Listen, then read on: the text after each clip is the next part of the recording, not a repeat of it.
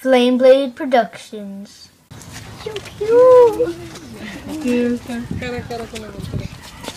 Concept. Rachel, stop making loud noises. Need to take a picture? Come here! Making a video about it. This is going on YouTube. Box turtle. Box turtle. Oh, the little box turtle is so cute. Alright, and look at this African spurred tortoise right here. Oh, look, it's eating grass. Just in time, too. It's a bobcat. Right here's a bobcat. It's a bobcat. Look. Oh my goodness. So many people are amazed. Unfortunately, both of our large adult panthers were owned by somebody. They were also declawed. Once the people lost the appeal for owning a large cat, they wanted to get rid of it and put it back out to the wild. You can't do that once they've had their claws removed, so we wound up taking them. Wanza also had an owner. He decided he did not want her anymore. He figured, well, she's a native species, so that's okay. I'm going to let her go in the backyard. Biggest problem with this is the next morning she was found in the road by the neighbor who had been hit by a car. This is not a normal thing for a snake to do. Typically, when you have a snake, they coil and wrap around your arms. Unfortunately, for being hit by the car, she has muscular damage throughout her entire system here, and that's pretty bad for this particular type of snake. She's what we call a constrictor. She goes after her prey in the wild with her mouth, grabbing onto it and coiling and wrapping her body around her prey, suffocating it so she can eat it. She can no longer do this anymore. She does not even attempt to do it. So I do have to feed her humanely euthanized mice, and I have to stay with her to make sure she can get them down, because that's the other thing her muscular system uses them for, is to push that food all the way down into her stomach. Now, she is a snake. That is pretty cool, because that means she's a reptile, she is cold-blooded, or as I like to say, she's ectothermic. Ectothermic happens to mean that whatever the surrounding temperature is, wherever she's in water or not, that's what her body temperature is. So if her surrounding body temperature happens to be 40 degrees outside, it's 40 degrees is what her body temperature is. The warmer it is outside, the warmer she will be. Now, with reptiles, they always have to have an external heat source for two main reasons. The first one is a reptile, if it's cold, it's non-moving. If it's non-moving, it's not eating. They have to be warmed up in order to go out and catch their food. Second reason they have to have a heat source is simply so they can digest their food like you and I can. If they don't have that heat source, what happens is they'll sit there, the food will rot in their stomach, the animal can get really very sick or possibly die. Now, is there anybody here who's afraid of snakes? You don't like snakes? There's a reason I asked. This woman's like, yes, me.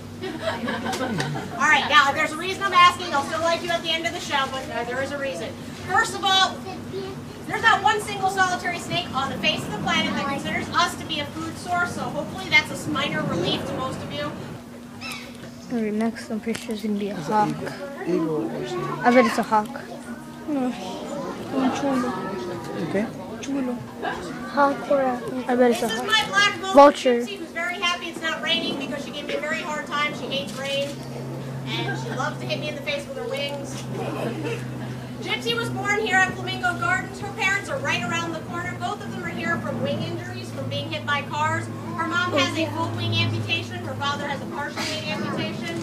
Now, black vultures out in the wild typically stay in very large family groups, anywhere from 50 to 200 black vultures at a time. They travel and stay in these communal groups. Now, their biggest thing, they love to make their groups bigger. Unfortunately, when you have two injured vultures that are in captivity, they don't care. Whenever they have eggs, they usually destroy them. We took one of the eggs out 11 years ago, popped it in our incubator, out popped our little girl Gypsy. We put Gypsy in the cage. We figured, hey, her parents will raise it. We can release her. No. Their parents went in, beat her up, took her food, refused to let her eat. We had to go in, take her out, we hand-raised Gypsy.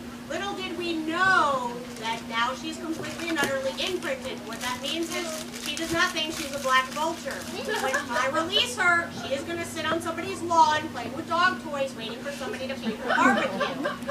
The other thing that she does, believe it or not, I'm not even kidding you, I've released her before, and she just follows me around the park attacking my shoelaces. Can't get rid of her. Just kidding, I know. Now, she is considered to be a bird of prey. She does not actually go out and hunt and kill anything, though. She's only considered to be a bird of prey because she eats meat.